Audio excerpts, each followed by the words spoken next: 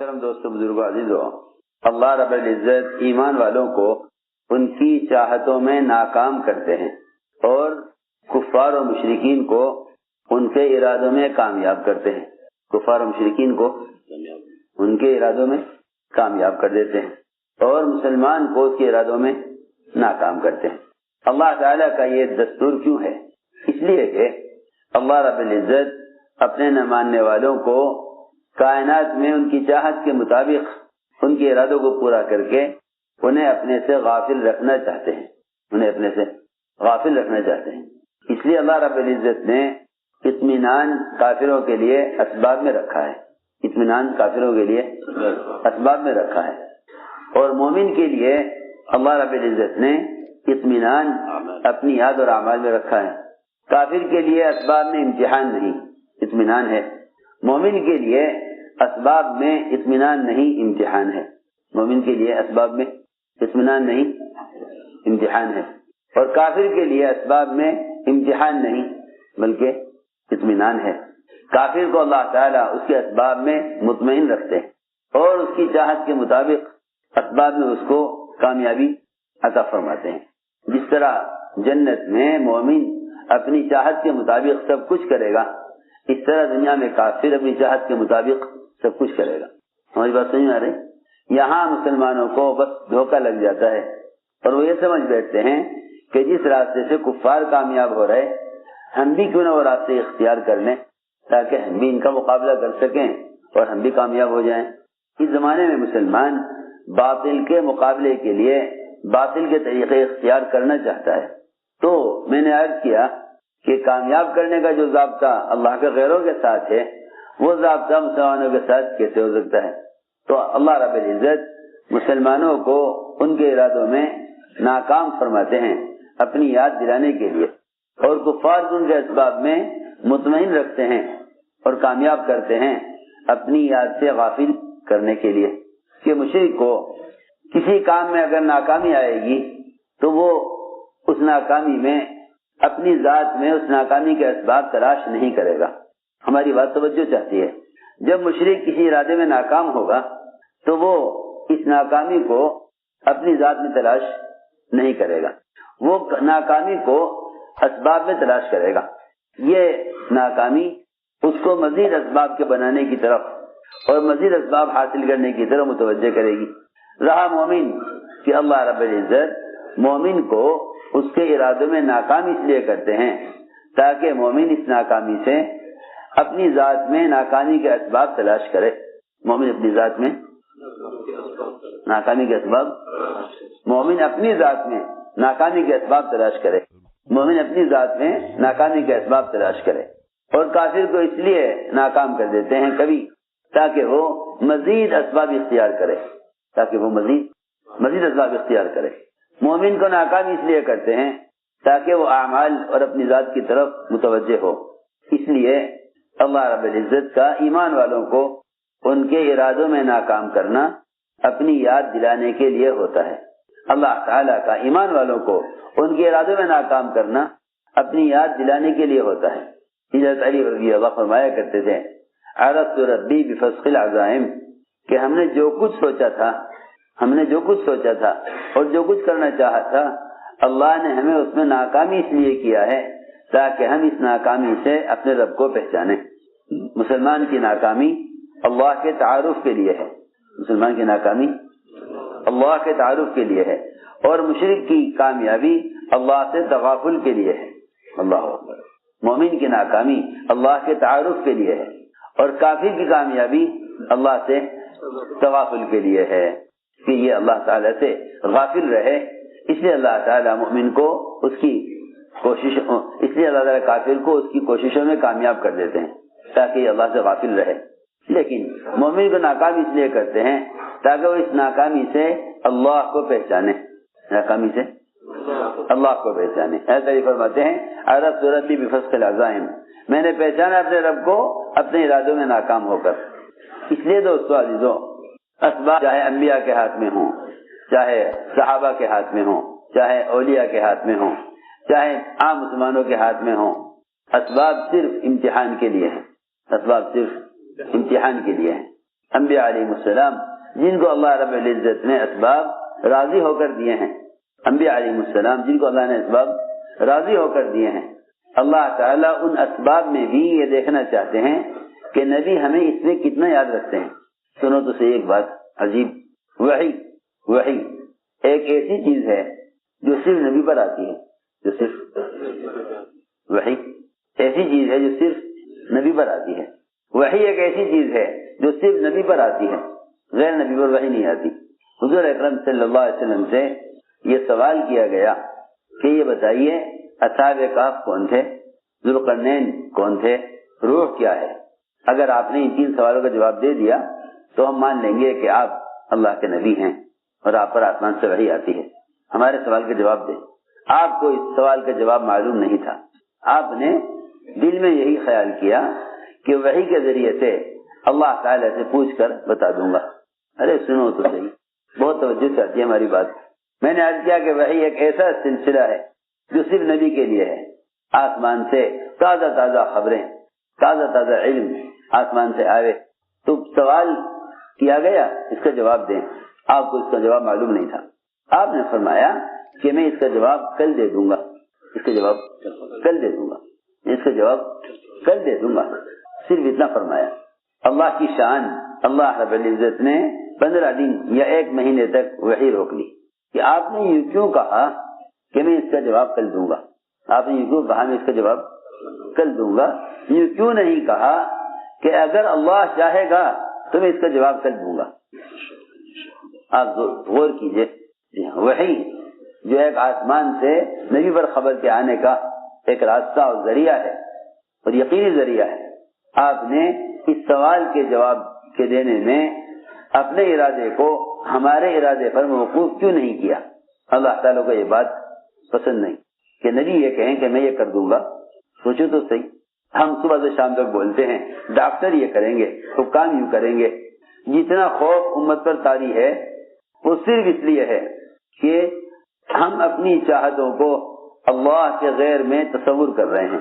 سارا خوف اور ساری مایوسی اس لیے ہے کہ مسلمان اپنی چاہتوں کو اللہ کے غیر میں تلاش کر رہا ہے، اور مسلمان بجائے دعا والا بننے کے دعوے دار بن گیا ہے، بجائے دعا والا بننے کے دعوے دار بن گیا۔ دعا والا کسے کہتے ہیں؟ دعا والا اس کو کہتے ہیں جو تمام شکلوں سے، یہاں تک کہ انبیاء کی شکل سے بھی انکار کر کے یہ کہے کہ اللہ ہی میرے حاجت کو پورا کرنے والے ہیں۔ تم دعا کے دوران دعا کی قبولیت کا یقین کرو، اس کا مطلب ہی یہی ہے کہ تمہیں دعا کے دوران کسی سبب کا خیال نہ آئے، دعا کے دوران کسی سبب کا خیال نہ آئے۔ جس سبب کا بھی تم نے دعا میں خیال کر لیا، جس سبب کا بھی تم نے دعا میں، میری بات توجہ چاہتی ہے، جس سبب کا بھی تم نے دعا میں خیال کر لیا، تم نے اللہ کی قدرت کو اس سبب کا پابند کر دیا۔ دیکھو میری بات توجہ چاہتی ہے، جس سبب کا بھی تم نے دعا میں خیال کر لیا، تم نے اللہ کی قدرت کو اس سبب کا پابند کر دیا۔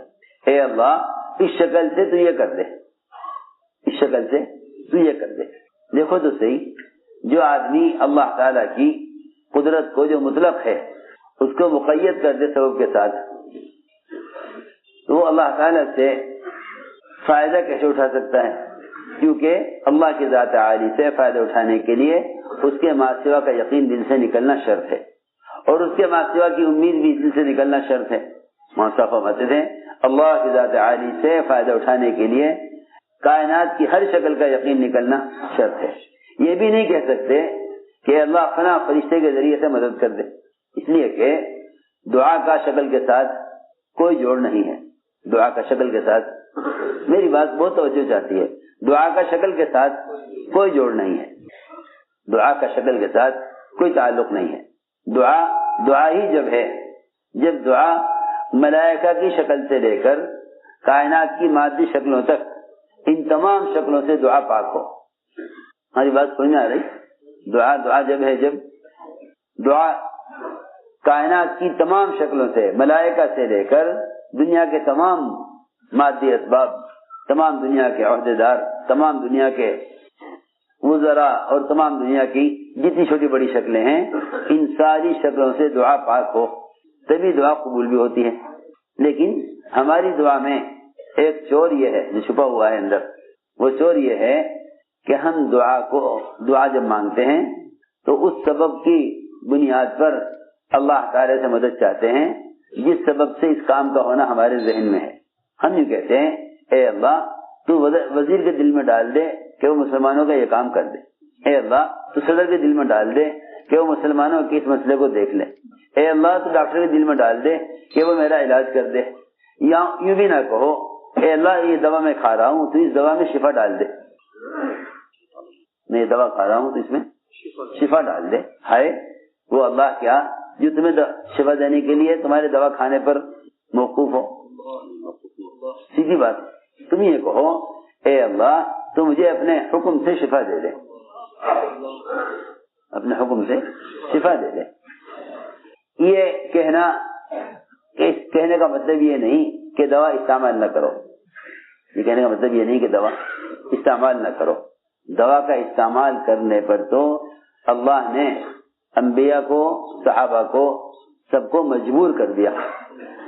سنو تو صحیح بھی کیا کہہ رہا، دوا اور اسباب کے استعمال پر تو اللہ نے انبیاء اور صحابہ اولیاء سب کو مجبور کر دیا۔ کیوں؟ اس لیے مجبور کر دیا تاکہ وہ سبب میں ڈال کر دیکھیں کہ جب میں اپنی قدرت سے کامیاب کروں تو تمہارا خیال میرے کرنے کی طرف آتا ہے یا سبب سے ہونے کی طرف جاتا ہے۔ بھائی اتنی سی بات ہے، اتنی سی بات ہے۔ اگر اسباب میں نہ ڈالتے مسلمان کو اور انبیاء کو اور صحابہ کو پھر تو یہ کہنا کوئی کمال نہیں تھا کہ اللہ کرنے والے ہیں۔ ہم تمہیں اسباب میں ڈالیں پھر تم یہ کہو اسباب سے نہیں ہوتا، تب تو کمال ہے۔ اور اگر اسباب ہی نہ ہو پھر آدمی یہ کہ اللہ سے ہوتا ہے تو کوئی کمال نہیں۔ یہی وجہ ہے کہ ملائکہ کا اور فرشتوں کا ایمان سب سے زیادہ تعجب خیز اور افضل ایمان نہیں ہے۔ کیوں؟ اس لیے کہ ایک تو وہ سبب کی زنجیروں سے آزاد ہیں، ایک تو ملائکہ اسباب کی قید سے آزاد ہیں، ایک تو ملائکہ اسباب کی قید سے آزاد ہیں۔ دوسری بات یہ ہے کہ ملائکہ سارا غیبی نظام اپنی آنکھوں سے دیکھ رہے ہیں۔ امتحان جو رکھا وہ رکھا ہے اللہ تعالیٰ نے انبیاء کا، اولیاء کا، صحابہ کا۔ میں عرض کر رہا تھا کہ جب مسلمان دعا کرے، دعا میں اللہ تعالیٰ سے حفاظت کو بھی کسی سبب کے ذریعے سے نہ مانگے، بلکہ مسلم دعا ہے اللہم اکفناہم بما شئت، اللہم اکفناہم بما شئت، اے اللہ تو جس طرح چاہے حفاظت کر۔ بیماری ہے، خوف ہے، دشمن حکام کا غلبہ ہے، کچھ بھی ہے، مسنون دعا کہیں یہ نہیں ملے گا کہ اللہ فلاں فرشتے کے ذریعے مدد کر۔ وہ تو ملائکہ اللہ تعالی سے خود تقاضا کرتے ہیں کہ تو ہمیں اس مومن بندے کی خدمت کا موقع دے دے۔ اللہ اکبر۔ ملائکہ ایمان والوں کے غلام ہیں، ملائکہ ایمان والوں کے غلام ہیں۔ اللہ تعالی نے ایسے مضبوط اسباب دیے تھے مسلمانوں کو، بشرط یہ کہ مسلمان ان مضبوط اسباب کو بھی اللہ کے اپنے درمیان ذریعہ نہ سمجھے۔ یوں نہ کہو فرشتے کے ذریعے مدد کر دے، یوں کہو اے اللہ تو براہ راست مدد کر۔ اللہ کو اختیار ہے کہ وہ تمہاری مدد کے لیے کسی بھی سبب کو اختیار نہ کرے، استعمال نہ کرے، کسی بھی سبب کو استعمال نہ کرے۔ جبرائیل علیہ السلام کا ابراہیم علیہ السلام کو آگ سے بچانے کے لیے آنا یہ بطور مدد کے نہیں تھا، یہ بطور مدد کے نہیں تھا، یہ بطور امتحان کے تھا۔ ہم دیکھنا چاہتے ہیں کہ ابراہیم آگ سے بچنے کے لیے جبرائیل سے مدد طلب کرتے ہیں یا نہیں، اور اگر جبرائیل اب خود مدد پیش کریں تو ابراہیم جبرائیل کی مدد کو قبول کرتے ہیں یا انکار کرتے ہیں؟ اگر یہ جبرائیل کی مدد سے انکار کریں تو ہم مدد اپنے امر سے کریں گے، ہم مدد اپنے حکم سے کریں گے۔ اور اگر یہ کہیں کہ جبرائیل مدد کر دیں تو میرے دوستوں عزیزوں، انبیاء علیہ السلام کبھی بھی کہیں بھی اللہ تعالیٰ سے برائے ملائکہ بھی مدد نہیں چاہتے۔ ابراہیم علیہ السلام نے صاف انکار کر دیا، اما الیک فلا، ہمیں آپ کی حاجت نہیں ہے۔ تو ہم نے عرض کیا کہ جو اسباب انبیاء کو دیے جاتے ہیں وہ اسباب بھی امتحان کے لیے ہیں۔ ہم دیکھنا چاہتے ہیں کہ تم اس سبب میں ہمیں کتنا یاد رکھتے ہو، سبب میں ہمیں کتنا یاد رکھتے ہو، کیونکہ اسباب دو قسم کے ہیں، اسباب دو قسم کے ہیں، ایک اسباب زینت ہیں، ایک اسباب زینت ہیں، ایک اسباب تجارت ہیں۔ اسباب زینت اور اسباب تجارت دو قسم کے اسباب ہیں دنیا میں۔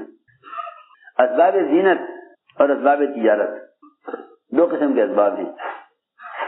دونوں اسباب میں اللہ رب العزت نے انبیاء اور صحابہ کو آزمایا ہے۔ اسباب زینت، اسباب تجارت، یعنی وہ اسباب جو انسان استعمال کرتا ہے فخر و زینت کے لیے، یا وہ اسباب جو انسان استعمال کرتا ہے اپنی معاش اور ضرورت کے لیے، دو قسم کے اسباب ہیں، ایک اسباب معاش ہیں، ایک اسباب زینت ہیں۔ سلیمان علیہ السلام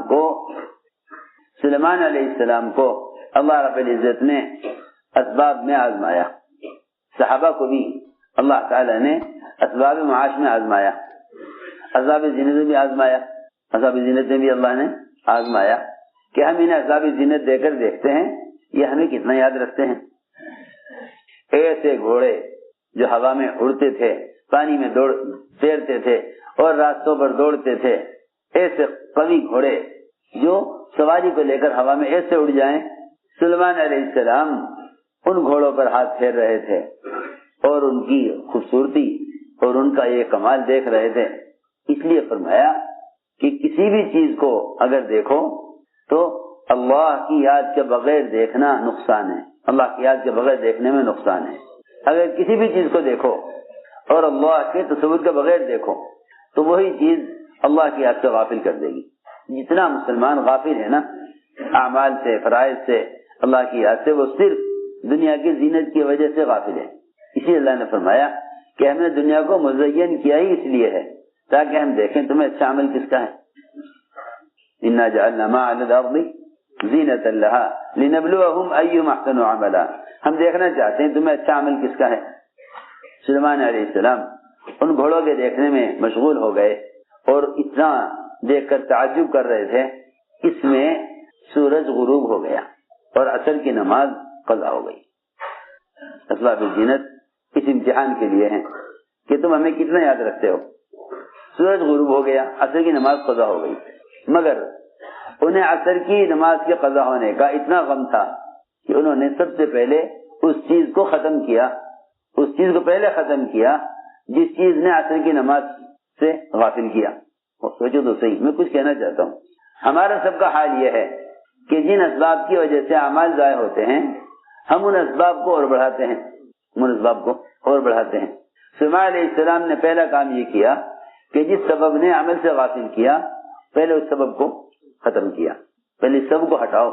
جس سبب نے نماز بھلا دی، لے کر تلوار سارے گھوڑے کاٹ ڈالے اور اس کی ایک نسل بھی اور ایک پوچھنے کا ایک بھی باقی نہ چھوڑا کہ اگر یہ باقی رہ گیا تو اس کی نسل آگے بڑھے گی، اس کی نسل آگے بڑھے گی، سب کو کاٹ دیا۔ حالانکہ بہت نادر و نایاب گھوڑے تھے، سب کو کاٹ ڈالا۔ اس کاٹنے پر ہی اللہ تعالی نے سورج کو واپس نکال دیا کہ بھائی سورج واپس لاؤ، میرے بندے سلیمان کو اثر پڑنی۔ سوچو ہم ایک سبب کے لیے ایک عمل کو ضائع کریں گے، پھر اللہ تعالیٰ اس سبب کو ضائع کریں گے تو اگلا سبب دو اعمال ضائع کرائے گا۔ وہ یوں کہیں گے کہ فلاں سبب کی کمی سے ناکامی ہوئی ہے، لہذا ایک سبب نہیں 4 سبب لاؤ، پھر کامیابی ہو جائے گی۔ جس سبب کے لیے عمل کو ضائع کرتے رہو گے اللہ رب العزت مزید اسباب میں مسلمان کو الجھا دیں گے، مسلمان کو مزید اسباب میں الجھا دیں گے۔ ہم نے عرض کیا کہ ایک امتحان تو یہ کہ گھوڑے دیکھنے میں مشغول ہوئے، اثر قضا ہو گئی۔ ادھر صحابی باغ معاش کے لیے ہے، میں نے عرض کیا تھا کہ 2 قسم کے اسباب ہوتے ہیں، ایک اسباب زینت، ایک اسباب معاش۔ اسباب معاش میں عام طور سے انصار کاشتکار تھے، عام طور سے انصار کاشتکار تھے، باغ میں نفلیں پڑھ رہے تھے، اور ظاہر بات ہے کہ صحابی باغ میں نفلیں ہی پڑھ سکتے ہیں۔ وہ تو جانتے تھے کہ فرض نماز مسجد میں ادا نہ کرنا یہ سخت وعید اور بڑی محرومی کی بات ہے۔ نفل نماز میں اچانک نظر پڑی، ایک انگور کے خوشے سے ایک پرندہ انگور کھا رہا تھا. اس پرندے کی خوبصورتی اور اس کا انگور کے خوشے سے لٹک کر انگور کھانا وہ ایسا اچھا لگا. لوگ یہ کہہ کر مناظر دیکھتے ہیں کہ دیکھو یہ اللہ کی قدرت. ہاں کہ اللہ تعالیٰ کی قدرت اللہ کو یاد رکھنے کے لیے ہے. اللہ کو یاد رکھنے کے لیے ہے. جو اللہ کی قدرت کو دیکھ کر اللہ کو بھول جاوے, تو اللہ کی قدرت کو دیکھ کر اللہ کو بھول جاوے کہ اس کا اللہ کی قدرت کا دیکھنا مفید نہیں ہے. اللہ کی قدرت کا دیکھنا تو اسی کے لیے مفید ہے جو اللہ کی قدرت کو دیکھ کر اللہ کو یاد کرے. چنانچہ یاد نہ رہا کہ کون سی رکعت ہے, حالانکہ نفل نماز تھی, حالانکہ نفل نماز ہے, لیکن یاد نہ رہا کہ کون سی رکعت ہے. یہ نہیں یاد رہا کون سی رکعت ہے. صرف نفل نماز میں خلل پیدا ہونے کی وجہ سے پورا باب جس پر گزارا تھا جو معاش کے لیے تھا, جو آمدنی کا واحد ذریعہ تھا, وہ پورا باب 50,000 کا فوراً چھوڑ دیا اور یہ کہا کہ جو سبب اللہ کی یاد سے غافل کرے وہ سبب اختیار کرنے کے قابل نہیں ہے.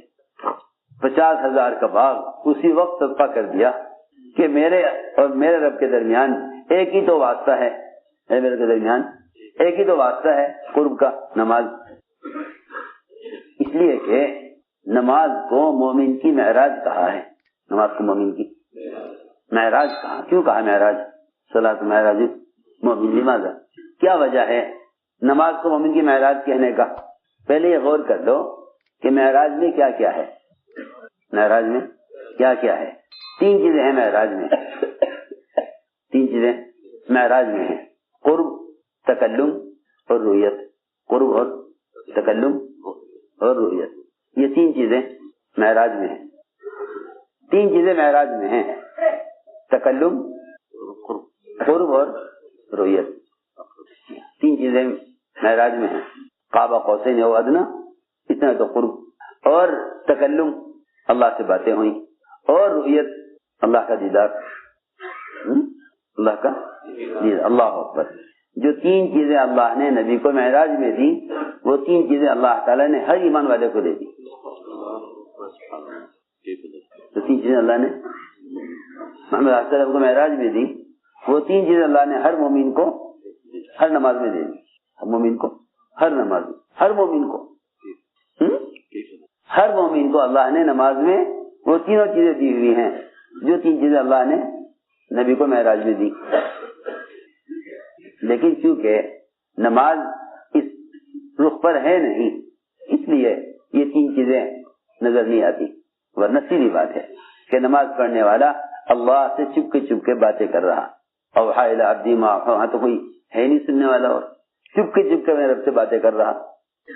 اس میں تو تکلم آ گیا, اللہ سے باتیں. اور رویت تو سیدھی بات ہے, ان تعبد اللہ کانک تراہ, کہ تم اللہ کی عبادت ایسے کرو گویا تم اللہ کو دیکھ رہے ہو. تم اللہ کو دیکھ رہے ہو. اور یہ صرف نماز کے لیے نہیں.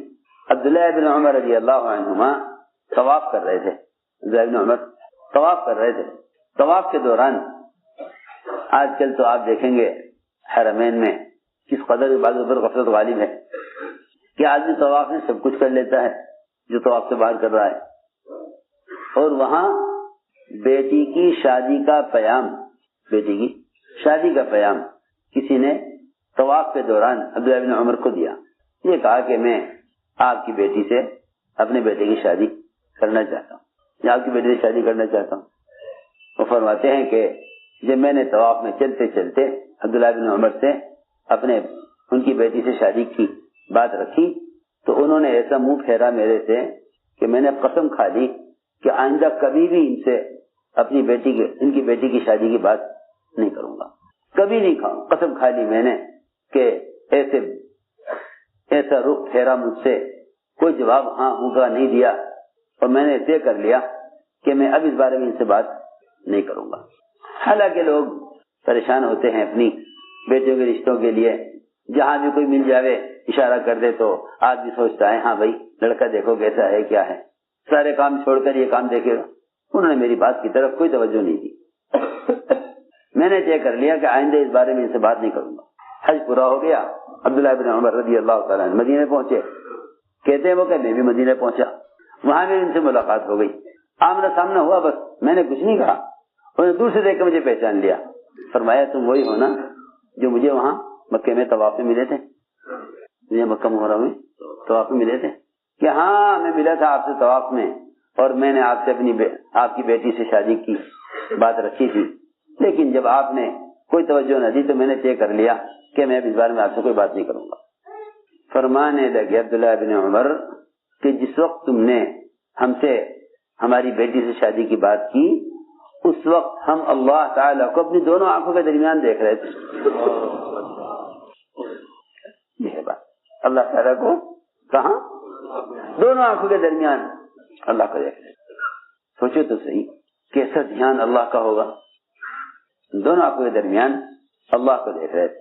حالانکہ طواف تو نماز کے مقابلے میں ایک بھی چیز ایسی نہیں کہ جس میں نماز والی پابندی ہو طواف میں۔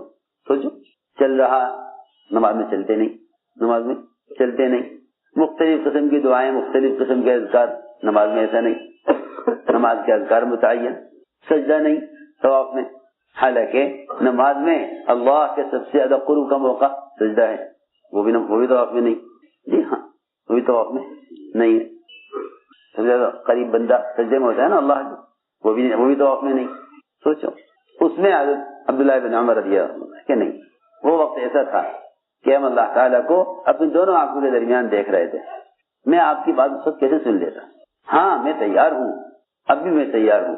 چنانچہ انہوں نے ان کی شادی کے پیغام کو کہہ کر قبول کیا کہ مجھے آپ سے شادی سے انکار نہیں تھا، مجھے طواف کے دوران اس بات کے کرنے سے انکار تھا۔ میں نے عرض کیا کہ نماز مومن کی معراج ہے، نماز مومن کی معراج ہے، رویت اس میں کہ اللہ کو دیکھ رہے، تکلم اس میں کہ اللہ سے باتیں کر رہے، قرب اس میں قرب اس میں کہ سجدے میں بندہ اللہ کے سب سے زیادہ قریب ہے۔ یہاں تک لکھا ہے علماء نے من کان یرجو لقاء ربہ فلیعمل عملا صالحا، علماء نے لکھا ہے کہ اس لقاء سے لقاء دنیاوی مراد ہے۔ ہماری بات توجہ چاہتی ہے، اس لقاء سے لقاء دنیاوی مراد ہے کہ جو آدمی مرنے سے پہلے اللہ سے ملنا چاہتا ہو، سنو، جو آدمی مرنے سے پہلے اللہ سے ملنا چاہتا ہو، جو آدمی مرنے سے پہلے اللہ سے ملنا چاہتا ہو، کیونکہ مرنے کے بعد تو سبھی دیکھیں گے اللہ کو، نیک و بد۔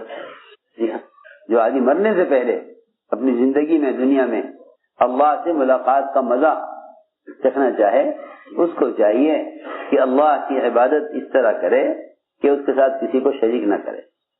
تو جس درجے کا عمل میں اخلاص اور احسان ہوگا نا، جس درجے کا احسان ہوگا، اتنا ہی اللہ تعالیٰ کی ملاقات اور اللہ تعالیٰ کے لقاء کو محسوس کرے گا۔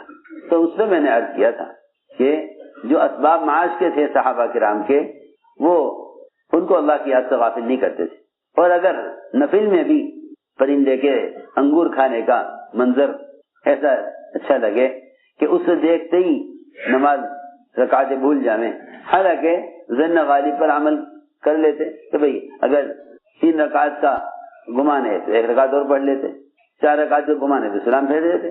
کہتے ہیں کہ بھئی جس طرف آدمی کا نماز پڑھنے والے کا گمان غالب ہے اس طرح عمل کر دیں۔ جن کے لیے نفل نماز میں خلل باغ کو چھڑوا دے، ان کے فرائض کا کیا حال ہوتا ہوگا، ان کے فرائض کا کیا معیار ہوگا۔ جو نفل کے لیے باغ کو چھوڑ دیں، جو نفل کے لیے باغ کو چھوڑ دیں، ان کے فرائض کا مقام، ان کے فرائض کی کیفیت کیا ہوتی ہوگی۔ ہم نے عرض کیا کہ اسباب دو لائن کے ہیں، اسباب زینت اور اسباب معاش دونوں میں امتحان ہے۔ پھر ایک قسم وہ بھی ہے مسلمانوں کی جو یہ سمجھتے ہیں کہ اگر ہم نے اپنے اسباب کو خیر کے کام میں استعمال کیا، اگر ہم نے اسباب کو خیر کے کام میں استعمال کیا پھر تو اللہ کی مدد یقیناً ہوگی، حالانکہ ایسا نہیں ہے۔ اگر آپ نے اپنے اسباب کو خیر کے کام میں استعمال کیا تب بھی اللہ چاہیں گے تو کامیاب کریں گے۔ سلیمان علیہ السلام نے تیسرے درجے میں یہ کام کیا کہ بھئی اللہ تعالیٰ نے قوت دی ہے، استعداد دی ہے، بیویاں دی ہیں، کیوں نہ ہم اپنی اولاد میں سے اللہ کے دین کے مجاہد تیار کریں، کیوں نہ اپنی اولاد میں سے اللہ کے دین کے مجاہد تیار کریں۔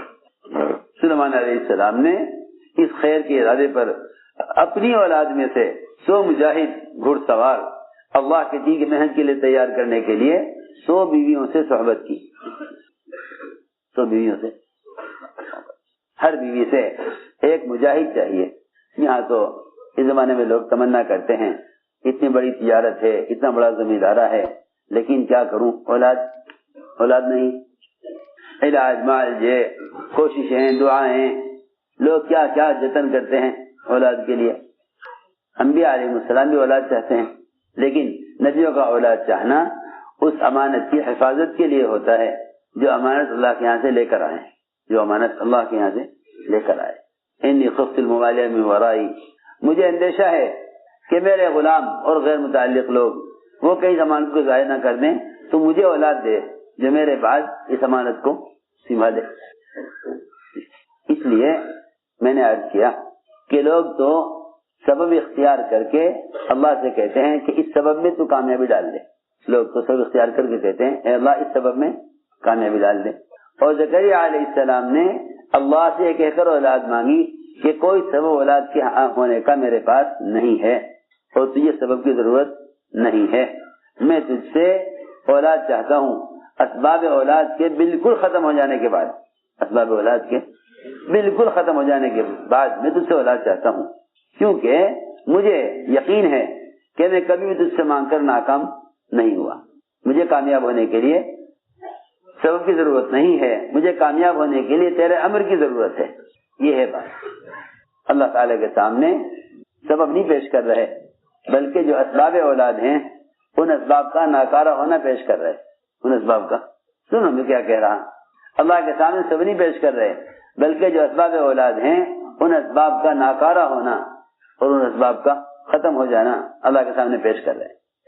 اپنا بڑھاپا، اپنی بیوی کا بڑھاپا دونوں پیش کر دیے۔ ان کی عمر 120 سال کی تھی، زکریا علیہ السلام کی عمر 120 سال، بیوی کی عمر 90 سال، ہڈیاں کھل چکی ہیں اور بیوی میری بانجھ ہو چکی ہے، اس سے اولاد کے ہونے کی کوئی امید نہیں ہے۔ سبب سے نا امیدی اور سبب سے نا امیدی اور اللہ کی ذات سے امید، اور یہ کہہ کر کہ میں کبھی تجھ سے مانگ کر نامراد نہیں ہوا۔ اللہ تعالیٰ نے زکریا علیہ السلام کو 120 سال کی عمر میں 90 سال کی بیوی کے ذریعے اولاد دے دی۔ ادھر تک سلیمان علیہ السلام کہ جب اللہ نے اتنی قوت طاقت دی ہے اور اللہ نے اعلیٰ نسل کی خوب بچے جننے والی بیویاں دی ہیں، تو کیوں نہ ان بیویوں کے ذریعے اللہ کے راستے کے مجاہد تیار کیے جائیں۔ اس خیال سے 100 بیویوں صحبت کی، 100 میں سے ایک بیوی کو حمل ٹھہرا، 99 کو حمل نہیں ٹھہرا، ایک کو حمل ٹھہرا، وہ حمل بھی وقت سے پہلے ضائع ہو گیا، وہ حمل بھی وقت سے پہلے ضائع ہو گیا، روح پڑنے سے پہلے ہی ضائع کر دیا اللہ نے۔ دایا نے لا کر وہ کرسی پر ڈال دیا، جو لو تھوڑا کہا جائے یہ جسم، وہ لا کر دایا نے کرسی پر ڈال دیا، اے جی یہ پیدا ہوا ہے۔ اللہ نے دکھلا دیا کہ تم نے ایک خیر کا ارادہ بھی کیا تھا، مگر اس خیر کے ارادے کو ہماری چاہت پر موقوف نہیں کیا۔ صحیح حدیث ہے، آپ نے فرمایا اگر سلیمان انشاءاللہ کہہ لیتے ساری بیویوں سے بیٹے پیدا ہوتے، اگر سلیمان انشاءاللہ کہہ لیتے ساری بیویوں سے بیٹے پیدا ہوتے۔ یہ ہے بات اصل، لیکن سلیمان علیہ السلام انشاءاللہ کہنا بھول گئے۔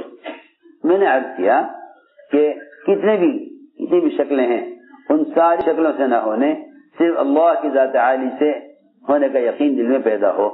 جب یہ یقین ہوگا تو لوگ اللہ تعالیٰ کی مشیت کو شکلوں میں تلاش نہیں کریں گے، پھر لوگ اللہ تعالیٰ کی مشیت کو اسباب میں تلاش نہیں کریں گے، پھر لوگ اللہ تعالیٰ کی مشیت کو حکام میں، وزراء میں اور دنیا کی قسم قسم کی مادی طاقتوں میں اللہ کی مشیت کو تلاش نہیں کریں گے، پھر یہ اللہ کی مشیت کو اس کے احکام میں تلاش کریں گے، اللہ تعالیٰ کی مشیت کو اس کے احکام میں تلاش کریں گے۔ یہ ہے اصل بات۔ ایسے مسلمانوں کو ناکامیاں وہ کامیابی کی طرف لے آئیں گی، اور اگر مسلمان نے ناکامی کے اسباب میں تلاش کیے اور کامیابی کے اسباب میں تلاش کیے تو یہ اللہ تعالی سے دوری کا اور اللہ سے غافل کرنے کا سبب بنیں گے۔ سوچنے کی بات ہے، جو اسباب اللہ نے انبیاء علیہ السلام کو راضی ہو کر دیے ہیں، جیسے میں نے آپ کے سامنے عرض کیے، سلیمان علیہ السلام کو اللہ نے کیا کچھ نہیں دیا۔ جو اسباب اللہ نے انبیاء علیہ السلام کو راضی ہو کر دیے ہیں، جب انبیاء علیہ السلام ان اسباب میں اللہ کی چاہت کے بغیر کامیاب نہیں ہو سکے تو پھر جو اسباب اللہ نے غیروں کو ناراض ہو کر دیے ہوئے ہیں، مسلمان ان اسباب میں کامیاب کیسے ہو سکتا ہے؟ جو اسباب اللہ نے انبیاء علیہ السلام کو راضی ہو کر دیے ہیں، جب ان اسباب میں اللہ کی چاہت کے بغیر کامیاب نہیں ہو سکتے تو اس زمانے میں مسلمان ان اسباب سے امید کیوں لگائے ہوئے ہیں جو اسباب اللہ نے غیروں کو ناراض ہو کر دیے ہیں؟ کسی بھی اسباب غیروں کے پاس ہیں، کیا اللہ نے ان کو خوش ہو کر دیے ہیں؟ اللہ ان سے ناراض ہیں، اللہ تعالیٰ ان سے ناراض ہیں۔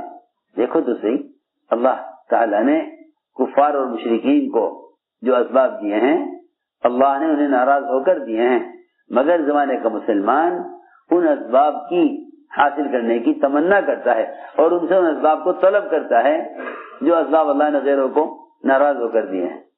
یہ کیسے ممکن ہے کہ جس سبب سے اللہ غیروں کو ناکام کر رہے اس سبب سے اللہ مسلمانوں کو کامیاب کر دیں؟ یہ کیسے ممکن ہے؟ یہ کیسے ممکن ہے کہ جن اسباب پر اللہ تعالیٰ نے غیروں کو ناکام کیا ہے ان اسباب پر مسلمان کو کامیاب کر دیں؟ کیسے ممکن ہے؟ اس لیے فرمایا کہ اللہ تعالیٰ کی مشیت کو سبب میں تلاش مت کرو، اللہ کی مشیت کو احکام میں تلاش کرو، اس لیے کہ اللہ تعالیٰ کی قدرت وعدوں کے ساتھ ہے اور وعدے حکموں کے ساتھ ہیں، وعدے حکموں کے ساتھ ہیں۔ اللہ تعالیٰ کی قدرت وعدوں کے ساتھ ہے، وعدے حکموں کے ساتھ ہیں۔ اللہ کی مشیت کو اس کے وعدوں میں تلاش کرو، اللہ کی مشیت کو اس کے وعدوں میں تلاش کرو، کیونکہ وعدے حکموں کے ساتھ ہیں اور قدرت وعدوں کے ساتھ ہیں۔ اسباب کے ساتھ قدرت نہیں ہے، اسباب تو قدرت سے بنے ہیں، اسباب تو قدرت سے بنے ہیں، اسباب قدرت سے بن کر قدرت کے قبضے میں ہیں۔ لوگ یہ سمجھتے ہیں کہ ہمیں اسباب پر اختیار حاصل ہو گیا، اسباب پر اختیار حاصل ہو گیا، حالانکہ سارے اسباب اللہ تعالیٰ کے قبضے میں ہیں، وہ جو چاہیں گے سبب میں وہ کریں گے۔ اور اگر تم یہ چاہتے ہو کہ تمہاری چاہت کے مطابق کام ہو تو دو کام کر لو، ایک تو سبب سے نا امید ہو جاؤ، سبب سے نا امید ہو جاؤ، ایک تو سبب سے نا امید ہو جاؤ، اس لیے کہ سبب اللہ کا غیر ہے، اللہ کے غیر سے امید کرنا ناکامی ہے، سبب سے نا امید ہو جاؤ۔ دوسرا کام یہ کر لو کہ عمل کو مقدم کر لو، ہاں اسباب ترک کرنے کو نہیں کہتے، اسباب ترک کرنے کو نہیں کہتے، بس اتنی بات ہے کہ سبب کو پیچھے کر دو اور عمل کو مقدم کر دو، تاکہ عمل کو مقدم کرنے سے قدرت ساتھ ہو جائے، اللہ کی قدرت ساتھ ہو جائے۔ عمل کو مقدم کر دو تاکہ قدرت ساتھ ہو جائے۔ کہیں بھی نہیں ملے گا، سارا انبیاء کی سیرت اٹھا کر دیکھ لو کہ نبی کی مدد سب کو مقدم کرنے پر آئی ہو، کہیں بھی نہ ملے گا۔ اگلے دن مقابلہ ہے مشرکین سے، تو ساری رات غزوات کی راتیں دعا اور عبادت میں گزری، ہتھیار کم، کھانا کو کم، دشمنی کی کثرت زیادہ، مسلمانوں کی تعداد کم۔ دیکھو غزوات کی راتیں، عبادت کے دن کی رات تو آرام میں گزری، مزدلفہ کی رات جو سب سے شب قدر سے بھی افضل ہے، وہ مزدلفہ کی رات آرام میں گزری، اس میں قیام ثابت نہیں، اور جو غزوات کی راتیں ہیں اس میں آرام ثابت نہیں۔ غزوات مستراحہ مزدلفہ کی رات میں قیام ثابت نہیں، مزدلفہ کی رات میں قیام ثابت نہیں، تہجد، اور غزوات کی راتوں میں آرام ثابت نہیں، کہ ساری رات سجدے میں پڑھ کر آپ نے اگلے دن کی کامیابی کو اللہ تعالی سے طے کرایا۔ ہماری بس ناکامی کا سبب یہ ہے کہ ہم پہلے اسباب تیار کرتے ہیں، پھر ان اسباب کو اللہ کے سامنے پیش کرتے ہیں، پھر ان اسباب کو آگے بڑھا کر اللہ کی طرف، پھر ہم ان اسباب میں کامیابی کے لیے عمل کرتے ہیں۔ یہ میری بات توجہ چاہتی ہے، مسلمان پہلے سبب بناتا ہے، پھر اس سبب کی کامیابی کے لیے عمل کرتا ہے۔ پہلے مسلمان سبب بناتا ہے، پھر اس اسباب میں کامیابی کے لیے عمل کرتا ہے۔ یہی وجہ ہے کہ لوگ اسباب بنانے کے بعد پوچھتے ہیں کہ جی اس میں کامیابی کے لیے دعا کر دو۔ پہلے سبب بناتا ہے پھر سبب میں کامیابی کے لیے عمل کرتا ہے. صلاۃ الحاجہ بھی اس لیے پڑھتے ہیں تاکہ اس سبب سے کامیابی مل جائے. پہلے دکان لگاویں گے پھر دکان سے آمدنی کے لیے صلاۃ الحاجہ پڑھیں گے. حالانکہ صلاۃ الحاجہ حاجت کی نماز نہیں ہے. کوئی نماز بھی حاجت کے لیے نہیں، کیونکہ نماز حاجت کے لیے، حاجت مخلوق ہے. نماز حاجت کے لیے ہے نا، اور حاجت مخلوق ہے. صلاۃ الحاجہ ایسا معروف ہو گیا کہ لوگ پوری نماز میں حاجت کو ہی سوچتے رہتے ہیں. حالانکہ صلاۃ الحاجہ حاجت کے لیے نہیں ہے. صلاۃ الحاجہ حاجت کے لیے نہیں ہے. صلاۃ الحاجہ حاجت کے لیے نہیں ہے، بلکہ صلاۃ الگ ہے، حاجت الگ ہے. وہ تو صلاۃ الحاجہ اس لیے کہتے ہیں کہ تم نماز کے ذریعے اللہ تعالیٰ کے قریب آ جاؤ، پھر قریب آ کر اللہ سے اپنی حاجت کہو، جو قریب والوں کی بات سنی جاتی. صلاۃ الحاجہ یعنی وہ نماز جس نماز کے ذریعے تم اللہ کے قریب ہو جاؤ. جب اللہ کے قریب ہو جاؤ گے تو پھر تم اللہ تعالیٰ سے اپنی حاجت کہہ دینا کہ اللہ میری حاجت ہے. ورنہ کوئی حاجت نماز کے لیے، کوئی نماز حاجت کے لیے نہیں ہے. کوئی نماز حاجت کے لیے نہیں ہے، اس لیے کہ ساری حاجتیں مخلوق ہیں. ساری حاجتیں مخلوق ہیں، سب حاجتیں مخلوق ہیں. سب حاجتیں مخلوق، جس شکل میں بھی تغیر ہے وہ مخلوق ہے. جس شکل میں بھی تغیر ہے وہ مخلوق ہے. بیماری کی حالت، صحت کی حالت، بھوک کی حالت، پیٹ بھرے کی حالت، بیمار کی حالت، صحت مند کی حالت، جہاں تک کہ ملائکہ کی حالت بھی مخلوق ہے، اس میں بھی تغیر ہے. ملائکہ میں بھی تغیر ہے. جی ہاں، ملائکہ میں بھی تغیر ہے. ہر مخلوق میں تغیر ہے. ہر مخلوق میں تغیر ہے. جتنا اللہ کا غیر ہے سب میں تغیر ہے. تو میں نے عرض کیا کہ صلاۃ الحاجہ کا مطلب یہ نہیں کہ حاجت کی نماز نہیں ہے. صلاۃ الاستسقاء کیا مطلب ہے؟ مطلب یہ ہے کہ سب جمع ہو کر اللہ کے سامنے عبادت کریں، پھر سب مل کر اللہ تعالیٰ سے بارش مانگے. سب مل کر اللہ تعالیٰ سے بارش مانگے. یہ تو اللہ کے قرب کے لیے نماز ہے. تو میں نے عرض کیا کہ لوگ پہلے اسباب بناتے ہیں پھر ان اسباب کو اللہ کے سامنے پیش کرتے ہیں کامیابی لینے کے لیے. کیسے عجیب بات ہے. اے اللہ تو اس سبب میں کامیابی ڈال دے. ایک یہ ہے کہ نہیں، اللہ تعالیٰ کو عمل پیش کرو. اللہ تعالیٰ کو عمل پیش کرو، کیونکہ اس کی مشیت عمل کے ساتھ ہے. اس کی مشیت عمل کے ساتھ ہے. بس یہ آسان بات ہے. اس کی مشیت عمل کے ساتھ ہے. اس کا کامیابی کا چاہنا عمل کے ساتھ ہے. اس کا ناکامی کا چاہنا بدعملی کے ساتھ ہے. اس کا ناکامی چاہنا بدعملی کے ساتھ، اس کا کامیابی چاہنا عمل کے ساتھ ہے. اللہ کو عمل پیش کرو. اللہ کو عمل پیش کرو، کیونکہ عمل کی قوت اللہ کے ہر غیر سے زیادہ قوی ہے. عمل کی قوت اللہ کے ہر غیر سے زیادہ قوی ہے. عمل کی قوت اللہ کے ہر غیر سے زیادہ قوی ہے. خدا کی قسم، ایک عمل کی قوت تمام ملائکہ کی قوت سے زیادہ ہے. ایک عمل کی قوت تمام ملائکہ کی قوت سے زیادہ ہے. ایک عمل کی قوت تمام ملائکہ کی عمل کی قوت سے تمام ملائکہ کی قوت سے زیادہ ہے. حالانکہ ملائکہ ہر وقت عبادت میں، ہر وقت اللہ تعالیٰ کی اطاعت میں، گناہ سے کوئی ہوتا نہیں، نافرمانی اللہ کی کرتے نہیں، حکم اللہ کے سارے پورے کرتے ہیں. لیکن ایک عمل کی قوت ملائکہ کی قوت سے کہیں زیادہ ہے. وہ 3 آدمی جو غار میں پھنس گئے تھے اور شیطان نے اوپر سے سرک کر غار کا راستہ ایسا بند کر دیا تھا کہ ان کے نکلنے کا کوئی راستہ نہیں تھا. تینوں نے یہ کہا کہ دیکھو، تم نجات چاہتے ہو تو نجات کا صرف ایک ہی راستہ ہے. نجات کا صرف ایک ہی راستہ ہے. اللہ تعالیٰ کے سامنے وہ اعمال پیش کرو جو اعمال تم نے اللہ کی رضا کے لیے اور مخلوق کے فائدے کے لیے کیے ہیں. میں کیا بتاؤں، اس زمانے میں لوگوں کے اسباب میں برکت اس لیے نہیں ہے. اس زمانے میں لوگوں کے اسباب میں برکت اس لیے نہیں ہے کہ لوگ اسباب اختیار کرتے ہیں دوسروں سے نفع اٹھانے کے لیے. لوگ اسباب اختیار کرتے ہیں دوسروں سے نفع حاصل کرنے کے لیے. ارے سنو تو صحیح، لوگ اسباب اختیار کرتے ہیں دوسروں سے نفع حاصل کرنے کے لیے. مالک ملازم رکھتا ہے ملازم سے فائدہ اٹھانے کے لیے. حکام محکوم اور رعایا سے فائدہ اٹھانے کے لیے دن رات سوچتے ہیں کہ عوام سے ہم کیا فائدہ اٹھانے، عوام سے کیا فائدہ اٹھانے. تاجر اس کوشش میں رہتا ہے کہ گاہک سے کیسے فائدہ اٹھائے. آپ دیکھیں گے ان کے درمیان پوری دنیا میں جتنے بھی اختلافات اور جھگڑے ہیں صرف اس لیے ہیں کہ یہ ہر بڑا چھوٹے سے فائدہ اٹھانا چاہتا ہے.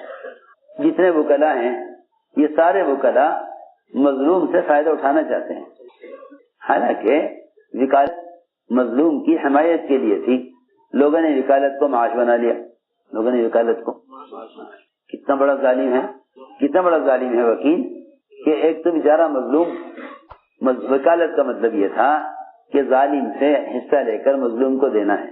تو وکیل یہ کہتا ہے مظلوم سے مجھے کیا ملے گا اگر میں تمہارا حصہ دلوا دیتا ہوں. جی ہاں, ظالم نے 5 لاکھ مظلوم کے مار لیے. وکیل یہ کہے گا کہ تم 1 لاکھ مجھے دے دو میں تمہارے 5 لاکھ دلوا دوں گا. سوچو تو صحیح, وکالت اس لیے تھی تاکہ ظالم سے لے کر مظلوم کو دیں. لوگوں نے وکالت کو معاش بنا لیا. مظلوم کی مجبوری سے فائدہ اٹھانا وکالت. مظلوم کی مجبوری سے فائدہ اٹھانا وکالت. مظلوم کی مجبوری سے فائدہ اٹھانا وکالت. اور بیمار کی مجبوری سے فائدہ اٹھانا ڈاکٹری. ہاں, اور کیا ہے بیمار کی مجبوری سے فائدہ اٹھانا ڈاکٹری. جی ہاں, آپ علاج چاہتے ہیں نا, یہ اتنی رقم لے آؤ ہم علاج کر دیں گے. ارے یہ کیا ڈاکٹری ہوئی. میں کیا بتاؤں آپ حضرات کو, جو اسباب اللہ کی ذات سے فائدہ اٹھانے کے لیے تھے وہ اسباب اسباب معاش بن گئے. حالانکہ وکالت ہے, ڈاکٹری ہے, وزارت ہے, گورنری ہے, یہ سب کے سب شعبے مخلوق کو فائدہ پہنچانے اور مخلوق کی خدمت کے لیے تھے. مخلوق کی خدمت کے لیے. اس لیے خلفائے راشدین کے زمانے گورنر وہ اول تو وظیفے پر تیار نہیں ہوتے تھے. اگر ان کو وظیفہ دیا بھی جائے, تنخواہ دی جائے, تو بھی سمجھتے تھے کہ اگر ہم نے اس تنخواہ کو اپنی ذات پر تھوڑا سا بھی خرچ کر لیا, ارے سنو تو صحیح میں کیا کہہ رہا, اگر اس تنخواہ کو اپنی ذات پر تھوڑا سا بھی خرچ کر لیا تو اللہ تعالیٰ قیامت میں یہ کہہ دیں گے کہ تم نے دنیا میں لوگوں کی خدمت کا بدلہ دنیا میں لے لیا, آخرت میں تمہارے لیے کوئی اجر نہیں ہے. سنو, سلمان فارسی رضی اللہ تعالیٰ عنہ یہ گورنر عمر رضی اللہ تعالیٰ عنہ 5000 وظیفہ ان کو دیا کرتے تھے. یہ 5000 کے 5000 سب کا سب خرچ کر دیا کرتے دوسروں پر, بیواؤں پر, یتیموں پر, مسکینوں پر. اپنے لیے اس میں سے 1 درہم بھی نہیں لیتے تھے. کیوں؟ اس لیے کہ اگر 1 درہم بھی لے لیا تو وہ 1 درہم میری خدمت کا بدل بن جائے گا دنیا میں, اجر ضائع ہو جائے گا. اجر ضائع ہو جائے گا.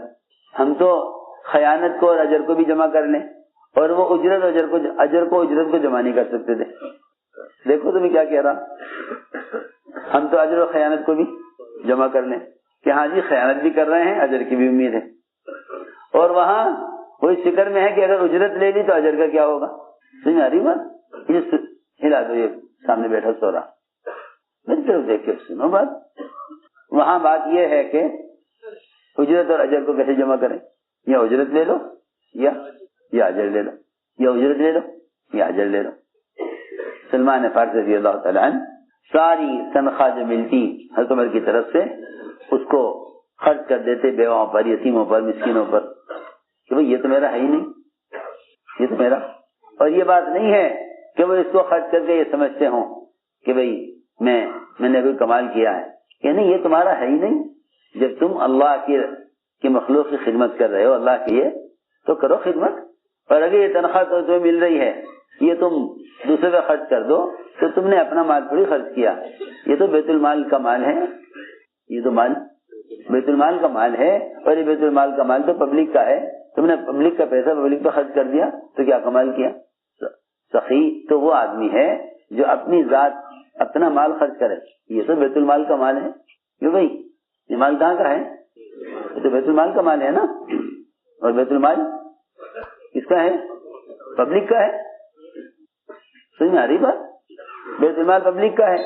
پبلک کے مال میں سے پبلک پر خرچ کر دیا تو تم اپنے آپ کو سخی اور اپنے آپ کو خرچ کرنے والا. وہ تو اردو کی وہ ہے نا کہاوت, حلوائی کی دکان اور نانا جی کی فاتحہ. اپنی چیز ہے نہیں اور خرچ کر کے کیا کہہ رہے کہ جی ہم سخاوت کر رہے. سنو میں کیا کہہ رہے. یہ سوچتے تھے کہ عمر نے جو 5,000 دیے ہیں یہ تو پبلک کا مال ہے, بیت المال, میں نے تو خرچ نہیں کیا نا اپنی ذات سے. چنانچہ ٹوکرے بناتے تھے, کیا ٹوکرے بناتے تھے, ان ٹوکرے بنا کر کھجور کی پتیوں سے ٹوکرے بناتے اور ان ٹوکروں کو بیچ کر جو آمدنی ہوتی اس میں اپنے گھر کا خرچ چلاتے اور اسی میں سے صدقہ کرتے تھے.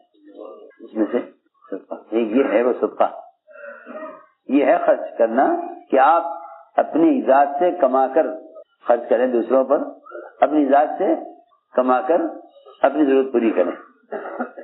ورنہ بیت المال سے جو 5,000 تنخواہ ملتی ہے اس کو بھی ذات خرچ کرنے سے سمجھتے تھے کہ آخرت کا اجر کیسے ملے گا. اللہ نے کہہ دیا دنیا جو ہے قیامت کے دن کہ تم تنخواہ لے کر اپنی دنیا کا اپنی خدمت کا بدلہ لے چکے ہو.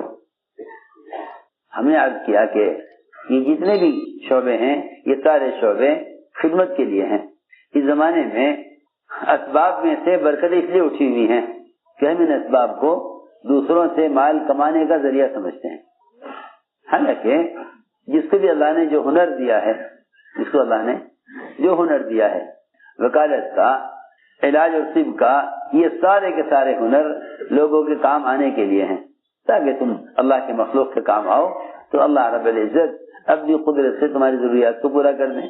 اس لیے حدیث میں آتا ہے کہ جو شخص اپنے مسلمان بھائی کی مدد میں رہتا ہے اللہ تعالیٰ اس کی مدد میں رہتے ہیں. جب تک یہ مسلمان اپنے بھائی کی مدد کرتا رہے گا اللہ اس کی مدد کرتے رہیں گے.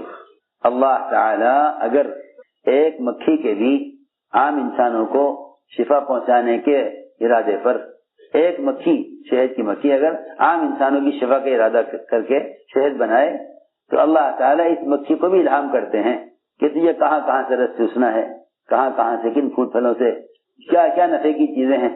اللہ اکبر. اگر ایک مکھی کے انسانوں کو فائدہ پہنچانے کی وجہ سے اللہ اس مکھی کو وحی کر سکتے ہیں اور الہام کر سکتے ہیں تو پھر انسان جو اشرف مخلوقات ہیں اگر یہ انسانوں کو نفع پہنچانے کا ارادہ کریں تو اللہ ان پر کیا کیا اپنے خزانوں سے کیا کیا ان پر چیزیں کھولیں گے اور کیسا اللہ تعالیٰ ان سے کام لیں گے. سوچنے کی بات. لوگ نقلی دوائیں بنا کر پیسہ کما لیتے ہیں, نقلی دوائیں کھلا کر پیسہ کما لیتے ہیں. سنو تو صحیح, وہاں عجیب نظام ہے. شہد کے چھتے کے نیچے بہت سی مکھیاں مری پڑی ہوتی ہیں. شہد کا چھتا ہوتا ہے, اس میں بہت سی مکھیاں نیچے مری پڑی ہوتی ہیں. اس لیے کہ جب کوئی مکھی غلط چیز چوز کر لاتی ہے تو وہاں دروازے پر ہی روکا جاتا ہے اور اس کی چیز کو چیک کیا جاتا ہے کیا لے کر آئی. اگر نفع کی چیز لائی ہے تو اندر جا سکتی ہے, اور اگر نقصان کی چیز چوز کر لائی ہے تو ایسی مکھی کو مار دیا جاتا ہے. ایسی مکھی کو مار دیا جاتا ہے. یہ نہیں کہ اندر داخل میں جاتے نہیں, ایسی مکھی وہ دنیا رہنے کے قابل نہیں ہے جو انسانوں کے نقصان کی چیز لے کر آئے. سوچو تو صحیح. پھر اگر مسلمان انسان سمجھ اور عقل رکھتے ہوئے کسی ان شعبوں میں خیانت کرے تو پھر اللہ رب العزت ایسے لوگوں سے کام بھی نہیں لیتے اور ایسے لوگ مختلف قسم کے نقصانات میں نے عرض کیا کہ یہ سب کے سب اسباب خدمت ہیں, اسباب معاش نہیں ہے. جو واقعہ میں نے عرض کیا تھا کہ چٹان سر کی اور راستہ بند ہو گیا, ان میں سے ان تینوں آدمیوں نے وہ اعمال کیے جن سے صرف محض دوسروں کو فائدہ پہنچانا تھا, دوسروں کو فائدہ پہنچانا تھا. ایک نے اللہ کے سامنے عمل پیش کیا کہ اے اللہ میری چچا کی لڑکی, ایک نے تو یعنی معاشرے میں احسان کیا, چچا کی لڑکی سے محبت, اس کے ساتھ خلوت چاہے, وہ تیار نہ ہو, پھر اس پر تنگی قحط سالی آئی, وہ محتاج ہو کر مال مانگنے کے لیے آئی. میں نے کہا کہ دیکھ تجھے اتنا مال دوں گا, شرط یہ ہے کہ مجھے اپنے ساتھ تنہائی کا موقع دے دیں. وہ تیار ہو گئی, کیونکہ فقر تو کفر تک پہنچا دیتا ہے, اس کو تو زنا تک ہی پہنچایا, فقر تو کفر تک پہنچا دیتا, یہ تو زنا تھا. وہ تیار ہو گئی, کہتے اے اللہ میں جب اس کی ٹانگوں کے درمیان بیٹھ گیا برے ارادے سے, محض میں نے تیرے خوف سے یہ کام نہیں کیا, اور اس کو میں نے جو مال دینے سے کیا تھا وہ اس کو دے دی کہ لے جا تو 300 شرفیاں, میں یہ کام نہیں کروں. اس نے کہا جب آپ کی خواہش پوری نہیں ہوئی اور آپ جو چاہتے تھے آپ نے نہیں کیا تو یہ مال کیوں دے رہے؟ کہ نہیں مال تو لے جا مگر یہ کام نہیں کروں. اللہ اکبر. زنا جس کا کرنا حرام ہے اگر اس کو چھوڑنے پر چٹان ہٹ سکتی ہے تو نماز جو اللہ تعالیٰ کو محبوب اللہ کے نبی کے آگے ٹھنڈک ہے اس نماز کی قوت کیا ہوگی. یہاں تو ایک چٹان کے ہٹانے کی بات سمجھتے تھے. حضور اکرم صلی اللہ علیہ وسلم کے انگلی کے اشارے سے چاند کے 2 ٹکڑے ہوئے. جب آپ کے نماز سے باہر کے اشارے میں اتنی قوت ہے تو جو اشارہ انگلی سے تشہد میں تحیات میں ہو رہا اس میں کتنی قوت ہوگی. لیکن ہر چیز پر غفلت اور ہر چیز پر رواج غالب ہے. ہم نے عرض کیا عمل کی قوت ملائکہ کی قوت سے کہیں زیادہ ہے. عمل کی قوت ملائکہ کی قوت سے کہیں زیادہ ہے. ملائکہ کے اندر وہ تقاضے ہی نہیں ہیں جو تقاضے عبادت سے اللہ کی یاد سے غافل کریں. ملائکہ کے اندر وہ تقاضے ہی نہیں ہیں. وہ تو اللہ تعالیٰ نے انسانوں میں ان تقاضوں کو رکھ کر جو احکام دیے ہیں ان تقاضوں کو دبا کر حکم پورا کرنا اس کی قوت ملائکہ کی طاقت سے کہیں زیادہ ہے. یہی وجہ ہے کہ مسلمان کے عمل پر ملائکہ خادم بن کر آتے ہیں. مسلمان کے عمل پر ملائکہ خادم بن کر آتے ہیں.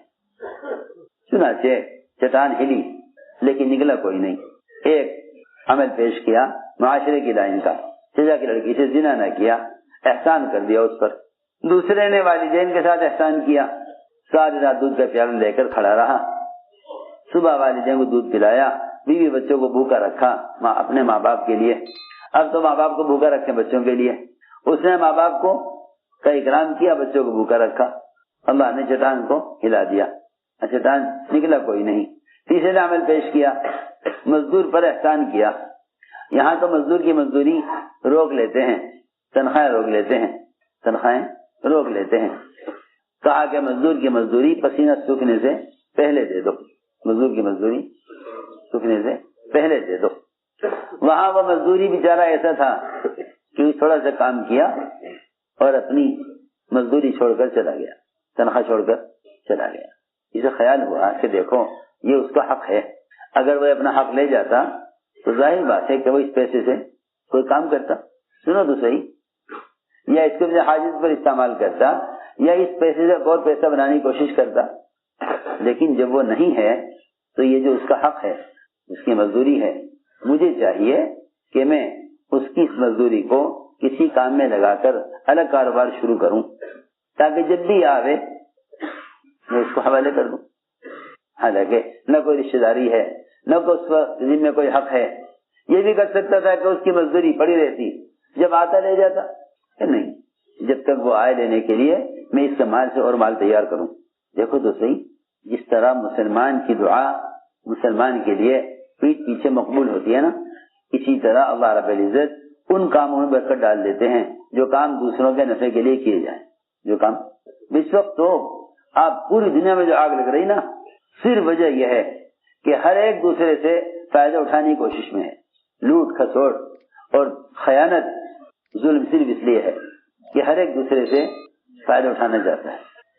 اس کے مال سے مال تیار کرتا رہا یہاں تک کہ ایک وادی ہو گئی بکریوں کی. وہ آیا ایک مدت کے بعد, مجھے پہچانتے ہو؟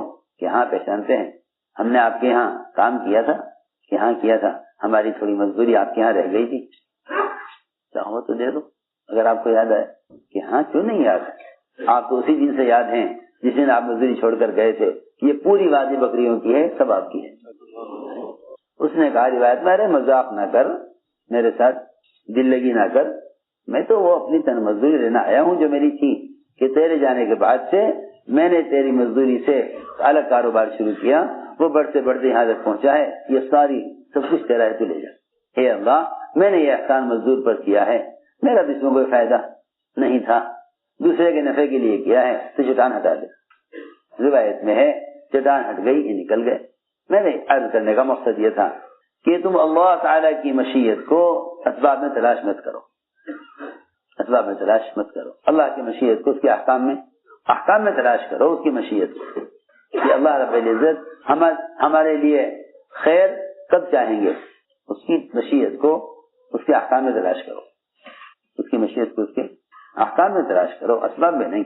یہ عمل کی قوت دکھلائی کہ اللہ نے شیطان کو اپنے حکم سے ہٹا دیا، شیطان کو اللہ نے اپنے حکم سے ہٹایا۔ بس مقصد اسے یاد کرنے کا ہے، اصل مقصد یاد کرنے کا یہ ہے کہ اعمال کو اسباب پر مقدم کرو، اعمال کو اسباب پر مقدم کرو تاکہ قدرت ساتھ ہو جائے، تاکہ قدرت ساتھ ہو جائے۔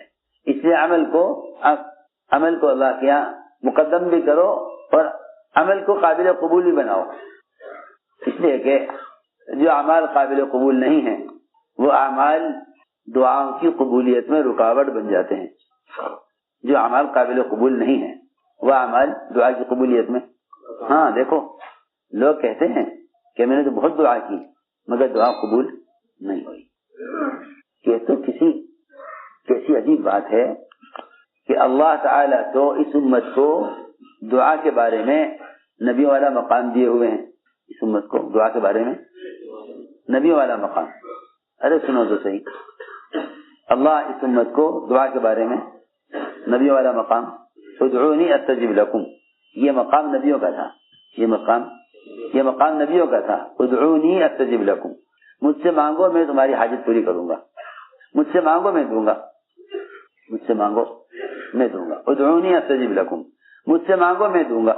اس لیے پچھلے انبیاء علیہ السلام اس میں قوم نبی سے کہتی تھی، نبی اللہ سے کہتے تھے، نبی اللہ سے کہتے، قوم نبی سے کہتی تھی کہ اللہ سے کہو یہ کر دیں، اللہ سے کہو یہ کر دیں۔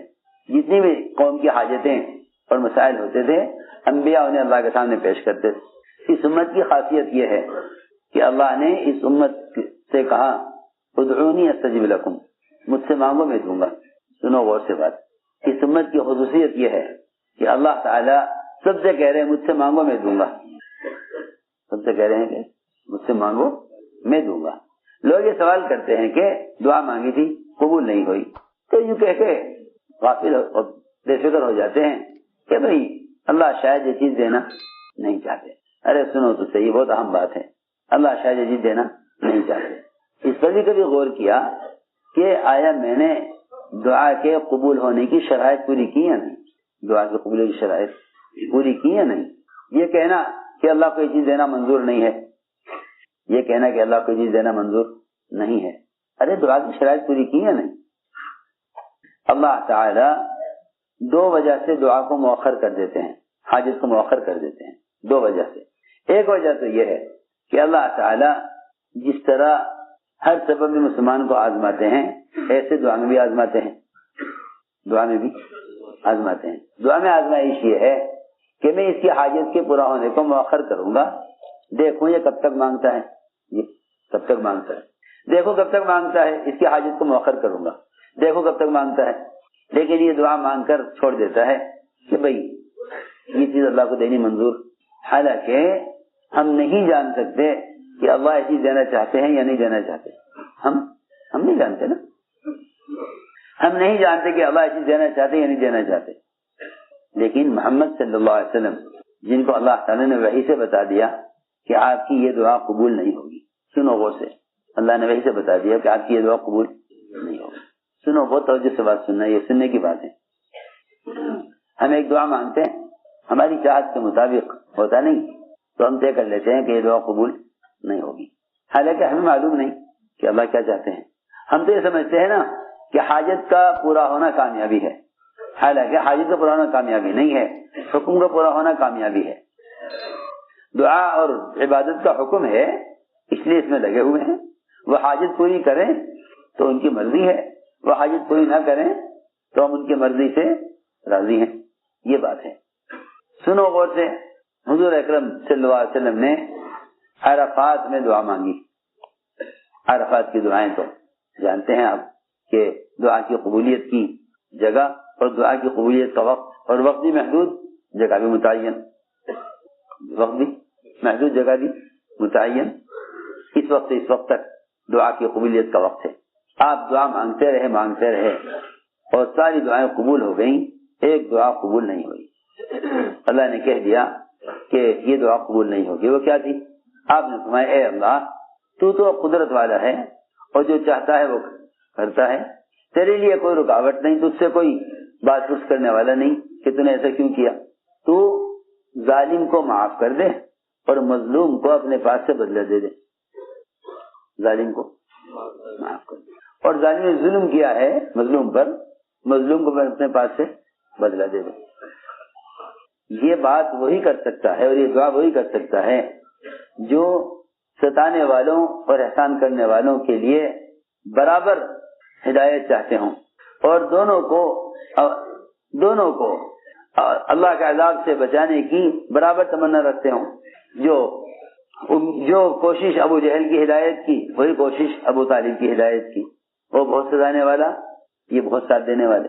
ابو طالب بہت ساتھ دینے والے، بہت ساتھ دینے والے. ابو طالب بہت ساتھ دینے والے، ابو طالب بہت ساتھ دینے والے اور ابو جہل بہت ستانے والا، مگر دونوں کی ہدایت کی تمنا برابر. ہاں عجیب بات. ایک محسن آپ پر احسان کرنے والے اور ایک آپ کو ستانے والا. میں نے عرض کیا کہ آپ نے فرمایا اے اللہ مظلوم کو اپنے پاس سے بدلہ دے دے، ظالم کو معاف کر. تو اس پر قادر. اللہ تعالی نے جواب میں فرمایا کہ یہ دعا قبول نہیں ہوگی. ارے سنو تو یہ دعا قبول نہیں ہوگی. جب اللہ نے کہہ دیا یہ قبول نہیں ہوگی تو آپ نے اس کو چھوڑا نہیں یہاں تک کہ عرفات کا وقت ختم ہو گیا اور آپ عرفات سے نکل گئے. عرفات سے نکل گئے. مزدلفہ کی رات میں پھر آپ نے یہ دعا مانگی کہ اللہ میں تجھ سے پھر کہتا ہوں کہ ظالم کو معاف کر دے اور جو ظالم نے مظلوم کا حق مارا ہے تو اپنے پاس سے اپنے خزانے سے مظلوم کو حق دے دے. بس جبکہ آپ کو بتا دیا گیا کہ دعا قبول نہیں ہوگی. اللہ تعالیٰ نے جو دعا عرفات میں قبول نہیں کی وہ مزدلفہ میں قبول کر دی. ہمارا حال یہ ہے ایک نماز کے بعد دعا مانگیں گے، اگلی نماز تک ہو گئی حاجت پوری تو ٹھیک ہے ورنہ چھوڑ دیں گے. جی ہاں. اور بتاؤں کیا ہوگا آج کل تو عجیب ہی حال ہے. آج کل لوگ پوچھتے پھرتے ہیں بزرگوں سے اور تحقیق کرتے رہتے ہیں کہ بھائی یہ بتاؤ آج کل مستجاب الدعوات کون ہے کہاں ملے گا ایسا کوئی آدمی جس کی دعا قبول ہوتی ہو تاکہ اسے دعا کے لیے کہیں. ہاں جی ہاں. مشائخ اولیاء اللہ بزرگان دین تلاش کرتے ہیں لوگ جی ہاں تاکہ کوئی ایسا آدمی مل جاوے دنیا میں جس کی دعا قبول ہوتی ہو. لوگ پتہ بتائیں گے کہ جی ایسا کرو تم فلاں علاقے میں چلے جاؤ، وہاں ایک جنگل میں ایک بزرگ رہتے ہیں، ان سے کہو دعا کے لیے. محمد صلی اللہ علیہ وسلم والنازعات سورت کے برابر دعائیں لائے. سب سے بڑا ذخیرہ دعاؤں کا محمد صلی اللہ علیہ وسلم لے کر آئے. سارے انبیاء کی دعائیں اتنی نہیں جتنی صرف محمد صلی اللہ علیہ وسلم کی دعائیں ہیں. ان سارے دعاؤں کے مجموعے کے باوجود آپ خود امتی سے دعا کے لیے کہہ رہے. حضرت عمر نے فرمایا میرے لیے دعا کرنا، میرے لیے دعا کرنا، مجھے بھولنا مت دعا میں. ہم تلاش کرتے ہیں کہ کوئی اللہ والے مل جائے اس سے دعا کے لیے کہیں. تو میں نے عرض کیا کہ لوگ تلاش کرتے ہیں. ایک صاحب ہمارے پاس بھی آئے، ایک صاحب ہمارے پاس آئے کہنے لگے کہ کیا آپ کو معلوم ہے کہ اس وقت پوری دنیا میں مستجاب الدعوات کون ہے جس کی دعا اللہ کے یہاں قبول ہوتی ہے؟ میں نے کہا بھائی میں یہ تو جانتا نہیں کہ مستجاب الدعوات اس وقت کون ہے دنیا میں، لیکن یہ جانتا ہوں کہ مجیب الدعوات کون ہے. یہ تو نہیں معلوم کون سا بندہ اللہ کا ایسا ہے دنیا میں اس وقت جس کی دعا اللہ قبول کر لیں، لیکن یہ جانتا ہوں کہ دعا قبول کرنے والا کون ہے. دعا کیونکہ دعا کی قبولیت کے لیے اولیاء اللہ کو تلاش کرنا اصل نہیں ہے. دعا کی قبولیت کے لیے تو قبول کرنے والے کو تلاش کرنا اصل ہے. لوگ دعا کی قبولیت کے لیے تلاش کرتے ہیں.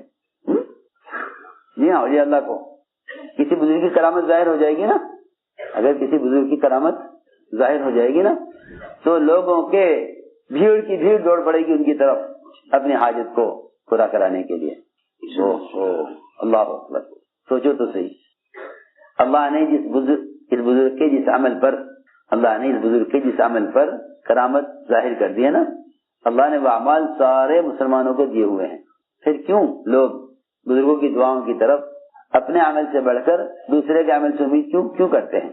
لوگ کرامات اولیاء کی وجہ سے، لوگ کرامات اولیاء کو دیکھ کر یہ سمجھ بیٹھے کہ اس ولی کی کرامت سے میرا کام ہو جائے گا.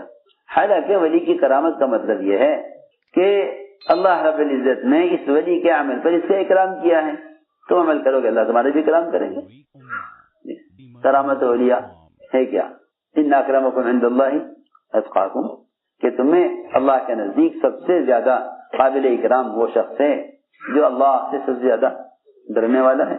بس سیدھی بات، لوگ کرامات اولیاء کو سمجھتے ہیں کہ اولیاء کی کرامتیں عام لوگوں کی ضروریات کو پورا کرنے کے لیے ہیں، حالانکہ اللہ ولی کی کرامت جو ظاہر کرتے ہیں ولی کے تعارف کے لیے نہیں، نہ تو کرامات ولی کے ولی ہونے کے ثبوت کے لیے ہیں، نہ ولی کی کرامات لوگوں کی ضروریات کے پورا ہونے کے لیے ہیں۔ ولی کی کرامت خبر ہی کیوں ظاہر ہوتی ہے؟ ولی کی کرامت اس لیے ظاہر ہوتی ہے تاکہ دیکھنے والے سمجھ لیں کہ اگر ہم اس کی طرح عمل کریں گے تو اللہ ہمارے ساتھ بھی یہ کریں گے۔ جی ہاں، تو لوگ بیچارے تمنا کرنے لگتے ہیں کاش ہم بھی ایسے ہو جاتے، اور بھائی ہم تو اس قابل ہیں نہیں، چلو اور جی اللہ سے دعا کے لیے کہیں۔ میں آپ سے یقینی طور پر کر سکتا ہوں کہ جو آدمی اپنے عمل سے مایوس ہو جائے وہ دوسرے کے عمل سے فائدہ نہیں اٹھا سکتا۔ اس زمانے میں مسلمانوں کو جو امید ہے وہ عمل کرنے والوں کے عمل سے امید ہے، اس لیے خود دعا کی قبولیت کا اسباب اختیار نہیں کرتے، اللہ والے سے دعا کے لیے کہتے رہتے ہیں، کچھ دن اس سے کہیں گے کام نہیں ہوا تو اس سے کہیں گے، اس سے بھی کام نہیں ہوا تو پوچھیں گے بھائی یہاں تو کوئی ایسا آدمی ملتا نہیں، وہ تو ہمارے حضرت تھے چلے گئے دنیا سے، ان سے ہم کہہ دیا کرتے تھے، وہ اللہ سے کہہ کر کام کرا دیا کرتے تھے، اب تو کوئی ایسا نظر ہی نہیں آ رہا اللہ والا جس سے موت کا مسئلہ حل کرا لیں۔ اس عجیب بات ہے، سمجھتے تھے دوسرے کے عمل سے کامیابی کی امید کرنا یہ ایسا ہے جیسا ایسی گاڑی جس کی بتیاں خراب ہیں وہ ایسی گاڑی کے پیچھے دوڑے جس کی بتیاں ٹھیک ہیں، کیونکہ ہر گاڑی اپنی بتی کی روشنی میں چلتی ہے۔ یسعی نورہم بین ایدیہم، نورہم یسعی بین ایدیہم، قرآن میں دونوں طرح فرمایا۔ نور کہاں دوڑتا ہے؟ عمل کرنے والے کے آگے، نور آگے ہوتا ہے، اس نور کی روشنی میں آدمی آگے بڑھتا ہے۔ یسعی نورہم بین ایدیہم، ہر گاڑی کی لائٹیں کہاں ہوتی ہیں بھائی؟ آگے پیچھے؟ آگے ہوتی ہیں، جی ہاں، ہر گاڑی کی روشنی آگے ہوتی ہے نا، ہر گاڑی کی روشنی آگے ہوتی ہے، جتنی چاہے تیز دوڑ لئے یہ اندھیرے میں نہیں جا سکتی، اس لیے اگر روشنی اس سے آگے آگے چل رہی ہے۔ تو جن کے پاس اپنی بتی نہیں ہوتی، اپنا عمل کا نور نہیں ہے، وہ ایسی گاڑی والے ہیں جو روشنی والی گاڑی کے پیچھے چلیں، وہ تو تیز چل کر کسی موڑ پر مڑ جائے گی، یہاں اندھیرا ہو جائے گا، کب تک پیچھا کرو گے؟ یہی وجہ ہے کہ منافقین یہ کہیں گے ایمان والوں سے، انظرونا نقتبس من نورکم، ارے ذرا آہستہ چلو، ہمارا خیال کرو، ہم تمہاری روشنی میں چل رہے ہیں، آہستہ چلو ذرا، ہم بھی آپ کے پیچھے چل رہے ہیں، لیکن ہمارے پاس تو روشنی اعمال ہے نہیں، ہم چاہتے ہیں دوسرے کے عمل سے کچھ روشنی مل جائے۔ جنا یہ تو اصولی بات ہے کہ ہر گاڑی اپنی بتی کی روشنی میں دوڑتی ہے، اس لیے اللہ نے قرآن میں ایسا نقشہ کھینچا ہے اس کا، انظرونا نقتبس من نورکم قیل ارجعوا وراءکم فالتمسوا نورا، لو جی جنہیں آگے روشنی نظر نہیں آ رہی انہیں پیچھے کہاں نظر آ رہی روشنی؟ جی ہاں، اللہ فرمایا ارجعوا وراءکم فالتمسوا نورا، جاؤ پیچھے لوٹ کر جاؤ، وہاں جا کر روشنی تلاش کرو۔ قیامت میں منافقین ایمان والوں کے پیچھے چلنا چاہیں گے، اللہ فرمائیں گے دیکھو پیچھے ملے گی تمہیں روشنی، جہاں اعمال کا ثواب تقسیم ہو رہا ہوگا، عجیب حدیث ہے، اعمال کا ثواب تقسیم کیا جا رہا ہوگا، جب سب عمل کرنے والوں کو ان کے عمل کا بدلہ مل جائے گا نا، تو یہ عمل کرنے والے اچھلتے کودتے جنت کی طرف چلیں گے، تو منافقین وہ بھی ان کے پیچھے لگیں گے کہ چلو ہم بھی ان کے ساتھ نکل لیں، وہ تیز چلیں گے یہ پیچھے رہ جائیں گے، یہ کہیں گے ان سے انظرونا، ارے ہم بھی تمہارے ساتھ آ رہے ہیں، ذرا انتظار کرو، ایک پردہ ان کے دونوں کے درمیان آ جائے گا، ایک دیوار ان کے درمیان حائل ہو جائے گی۔ اللہ تعالیٰ فرمائیں گے کہ جاؤ پیچھے مڑ کر، ہاں یہ کہیں گے چلو وہاں چلو جہاں سے نور تقسیم ہو رہا تھا، نور تقسیم ہوگا نا قیامت میں عمل کرنے والوں کو، دنیا میں جن کے اعمال میں نور ہوگا قیامت میں ان کو ان کے عمل کے بقدر نور دیا جائے گا، اور منافقین کو کوئی نور نہیں دیا جائے گا۔ جب وہاں اندھیرا پائیں گے تو کہیں گے چلو وہاں چلو جہاں نور تقسیم ہو رہا تھا، وہاں آئیں گے تو وہاں کچھ بھی نہ پائیں گے۔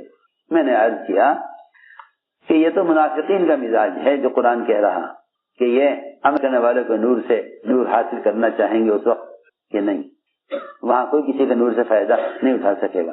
اس لیے دوستو عزیزو ہم نے عرض کیا کہ یوں مت کہو کہ دعا قبول نہیں ہوئی، یوں سوچو کہ اس دعا کی قبولیت میں کیا رکاوٹ بنا، کیا چیز رکاوٹ بنی، کیا رکاوٹ ہے۔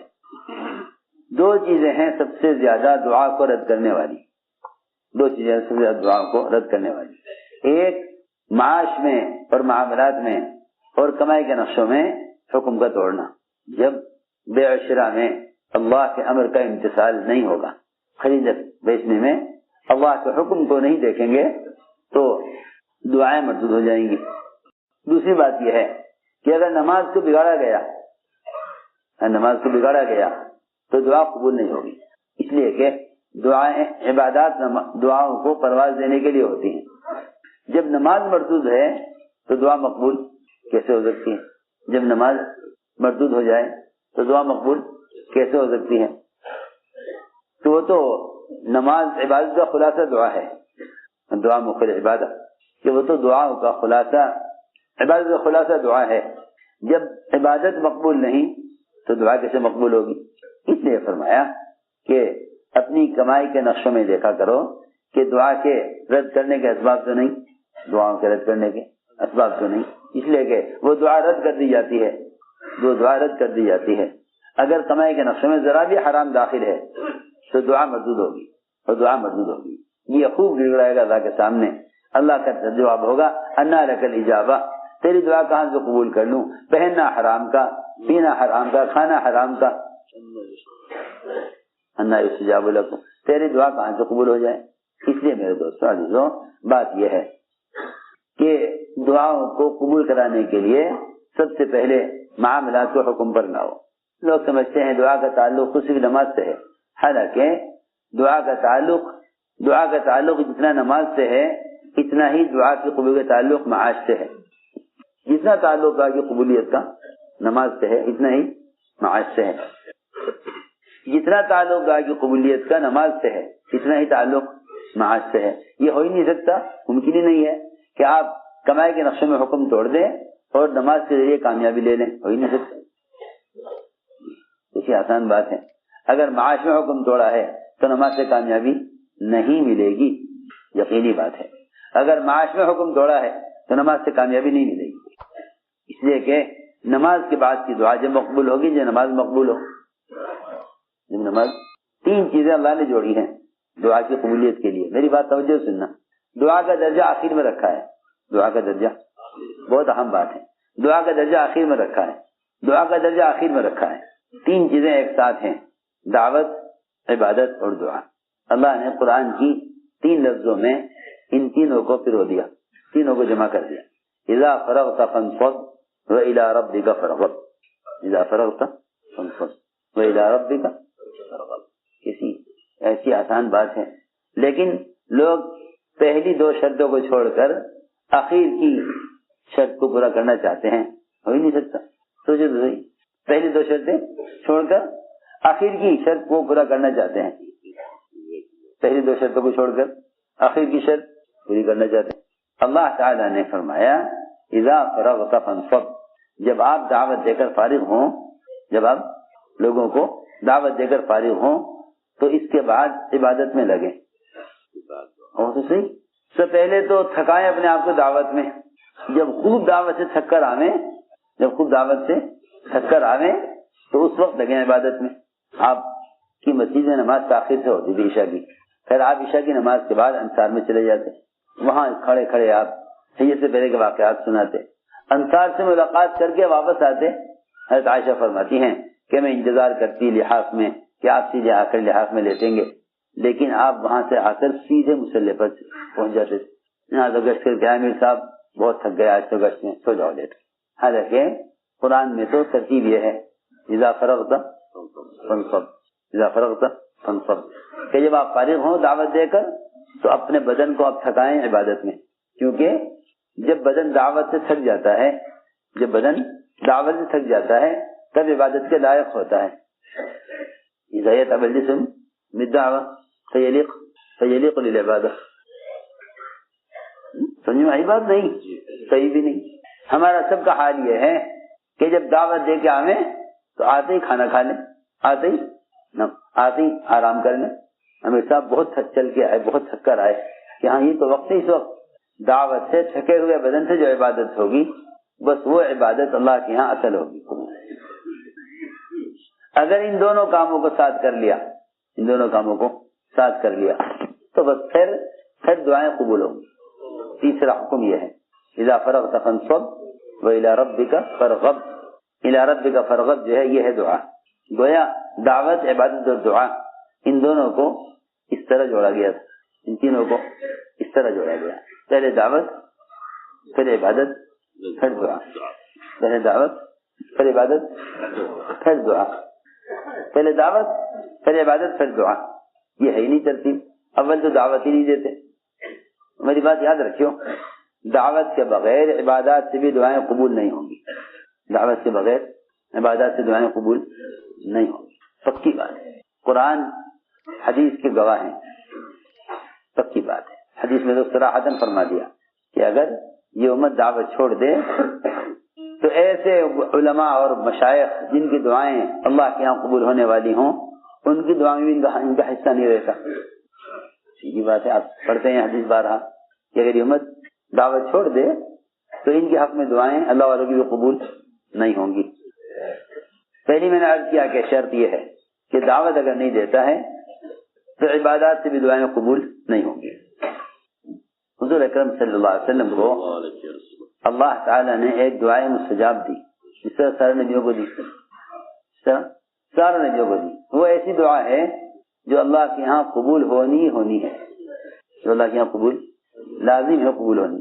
جو دعا اللہ کے یہاں قبول ہونی لازم ہے وہ اللہ نے دعا ہر نبی کو ایک دعا دی ہے. جس میں ہے ہر نبی کو ایک دعائیں مستجاب دی گئی ہے, وہ اللہ کے یہاں قبول ہونی ہے. انبیاء علیہ السلام نے اس دعا کو اللہ سے مانگ کر نہ ماننے والوں کو ہلاک کرا دیا. نہ ماننے والوں کو وہ دعا قبول ہو گئی. نوح علیہ السلام کی طوفان آ گیا, دعا قبول ہو گئی. ہود علیہ السلام کی دعا قبول ہو گئی. صالح علیہ السلام کی. سارے نبیوں نے وہ دعائیں مستجاب مانگ کر اللہ تعالیٰ سے نہ ماننے والوں کو, آپ کو بھی وہ دعا دی گئی, آپ کو بھی وہ دعا دی گئی. آپ نے فرمایا حدیث میں ہے کہ صحابہ نے عرض کیا کہ وہ دعا جو آپ کو دی گئی, میں اختبأتها للآخرہ, اختبأتها للآخرہ, کہ میں نے تو اس دعا کو قیامت کے دن کے لیے چھپا کر رکھا ہوا ہے. میں نے اس دعا کو قیامت کے دن کے لیے چھپا کر رکھا ہوا ہے. کیوں؟ اس لیے کہ اگر میں اس دعا کو اب مانگ لوں تو میرے بعد جو لوگ آئیں گے ان کا کیا ہوگا؟ قیامت میں سب جمع ہوں گے, قیامت میں سب جمع ہوں گے. میں نے اس دعا کو قیامت کے دن کے لیے چھپا کر. بات یہ ہے کہ پچھلے انبیاء علیہ السلام ان کی قومیں ان کے ساتھ آئیں, ان کے ساتھ ہلاک ہو گئی. کسی قوم نے نبی کو ہلاک کر دیا اور کسی قوم کی ہلاکت کے بعد نبی دنیا سے چلے گئے. کسی قوم نے نبی کو ہلاک کر دیا اور کسی قوم کی ہلاکت کے بعد نبی دنیا سے چلے گئے. لیکن محمد صلی اللہ علیہ وسلم ان کے بعد کوئی نبی آنے والا نہیں تھا. آپ کے بعد کوئی نبی آنے والا نہیں تھا. تو آپ کی امت آپ کے بعد آپ کے کام کی ذمہ دار بنائی گئی. گویا نبی مسافر ہیں, سفر کرنا ہے, اور امت مقیم ہے. دونوں بات توجہ سے جا کر سننا بات. امت مقیم ہے, نبی مسافر ہے. اور آپ جانتے ہیں کہ جب امام مسافر ہو اور پیچھے مقتدی مقیم ہو تو امام تو 2 رکعت پر سلام پھیر دیتا ہے, اور جتنے مقیمین ہیں پیچھے وہ سب کھڑے ہو جاتے ہیں اپنی 2 رکعت پوری کرنے کے لیے. کیوں ایسے ہوتا ہے نا. تو امام اس وقت تک انتظار میں رہے گا نماز کے بعد دعا مانگنے کے لیے جب تک اس کے پیچھے مقتدی 2 رکعت پوری کرے. سمجھ آ رہی بات؟ جب تک پیچھے مقتدی 2 رکعت پوری کرے اس وقت تک امام انتظار کرے گا. امام اس کے جا نہیں سکتا, اور دعا یوں نہیں کرے گا کہ ابھی اس کے مقتدی نماز میں مشغول ہیں. سمجھ آ رہی بات؟ ہاں, امام انتظار کرے گا, اس کے پیچھے مقتدی 2 رکعت پوری کریں گے, پھر امام دعا کرائے گا. اور جیسے امام ایک سلام پھیرے گا نا اس کے مقتدی فوراً سب ایک دم کھڑے ہو جائیں گے, وہ دوسرا سلام پھیرنے سے پہلے ہی. بس یہ ہے بات کہ حضور اکرم صلی اللہ علیہ وسلم جیسے دنیا سے گئے آپ کی امت کام لے کر کھڑی ہو گئی. ان کا کام کب پورا ہوگا کہ ان کی 2 رکعت پوری ہوں گی, قیامت کو. پھر قیامت میں حضور صلی اللہ علیہ وسلم دعا فرمائیں گے. نہیں بس آسان بات. جب امام مسافر ہو، مقتدی مقیم ہو، تو دعا کب ہوگی؟ 2 رکعت پوری ہونے کے بعد. سب دعا کے مستحق ہیں، سب دعا کے منتظر ہیں. کام پورا کرو گے تب دعا ہوگی، اور جو کام پورا کرے گا وہ دعا کا مستحق ہوگا.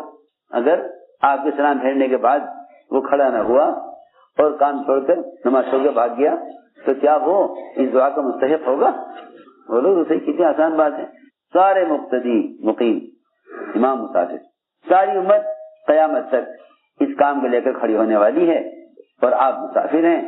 اب آپ انتظار میں ہیں کہ جب میری امت قیامت کو سب کام سے فارغ ہو جائیں گے تو پھر آپ اللہ تعالیٰ کی ایسی حمد اور ایسی دعا کریں گے کہ اللہ تعالیٰ فرمائیں گے نبی سجدے سے اٹھائیے اور سفارش کیجیے، آپ کی سفارش قبول کی جائے گی انشاءاللہ. سارے انبیاء علیہ السلام موجود ہوں گے. کوئی اللہ سے باتیں کرنے والا، کوئی اللہ کی طرف سے ذبیح اللہ کا لقب ملنے والا ہے جی، کوئی اللہ تعالیٰ کی روح، جس پر روح کی نسبت کہ آپ روح اللہ ہیں، آپ ذبیح اللہ ہیں، آپ کلیم اللہ ہیں، جس کے پاس بھی جائیں گے وہ یہ کہے گا نہیں جی نہیں، آج تو اتنا غصہ ہے، ہم تو اپنے گناہ یاد کر رہے ہیں اور ہم تو آج بول ہی نہیں سکتے. ہر ایک دعا بھیجے گا. آخر میں کہا جائے گا جاؤ وہاں جاؤ، محمد صلی اللہ علیہ وسلم ان سے اللہ تعالیٰ نے سفارش کی کا وعدہ کیا ہوا ہے، اللہ وعدہ خلاف نہیں ہے. ہر اذان کے موقع پر 5 وقت یہ کہا جاتا ہے، 5 وقت ہر اذان کے ساتھ مگر اللہ مقام محمود پر آپ کو پہنچا دے. تو اس وعدے کو پورا کرانے کے لیے سارے انبیاء کہیں گے کہ ان کے پاس جاؤ. آپ اللہ تعالیٰ کی حمد کریں گے کہ ایسے حمد کسی کو کبھی الہام نہیں کی گئی. اللہ ایسے الفاظ حمد کے الہام کریں گے آپ کو.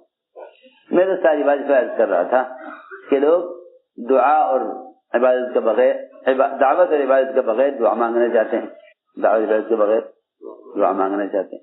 اس کے بغیر تو دعائیں قبول ہوں گی نہیں، اور دعا کے علاوہ کوئی راستہ ہی نہیں کامیابی کا. دعا کے علاوہ راستہ کامیابی کا کوئی ہے ہی نہیں. اس لیے کہ جتنے بھی کفار کامیاب ہو رہے ہیں وہ دعا کے راستے کے بغیر کامیاب ہوتے ہیں. صرف دعا کا راستہ مومن کو دیا گیا ہے، دعا کا راستہ صرف مومن کو دیا گیا. باقی جتنے بھی اقوام ہیں وہ دعا کے راستے سے کامیاب نہیں ہو سکتی. صرف مومن ہے جس کو دعا کے راستے سے کامیابی کا راستہ دیا گیا ہے. اس لیے میرے دوستو عزیزو، دعوت، عبادت اور دعا، ان تینوں کو جمع کر لو، ان تینوں کو جمع کر لو. ورنہ حدیث میں صراحت نے فرمایا کہ جو دعوت چھوڑ دیں گے وہ اپنی دعا کی قبولیت سے تو محروم ہوں گے ہی، اللہ والوں کی دعاؤں میں ان کا حق نہیں رہے گا. صحیح حدیث ہے. اس لیے ہمیں اس نقل و حرکت کے ذریعے امت تک دین کو پہنچانا ہے، تاکہ اللہ رب العزت نے جو وعدے اس امت سے دعوت پر کیے ہیں وہ وعدے امت کے لیے پورے ہوں، وعدے امت کے لیے پورے ہوں. اس کے لیے عزم کرو، ارادے کرو کہ انشاءاللہ ہمیں دعوت اور عبادت اور دعا والا بننا ہے.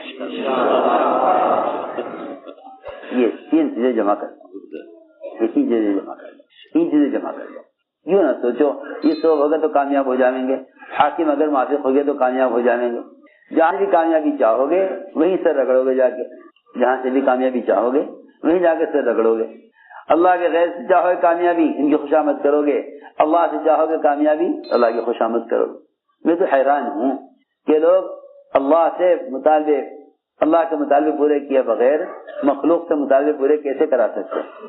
میں تو کیا بتاؤں، اللہ کے مطالبے پورے کرنے کے باوجود بھی مخلوق سے مطالبے میں آدمی کامیاب نہیں ہو سکتا.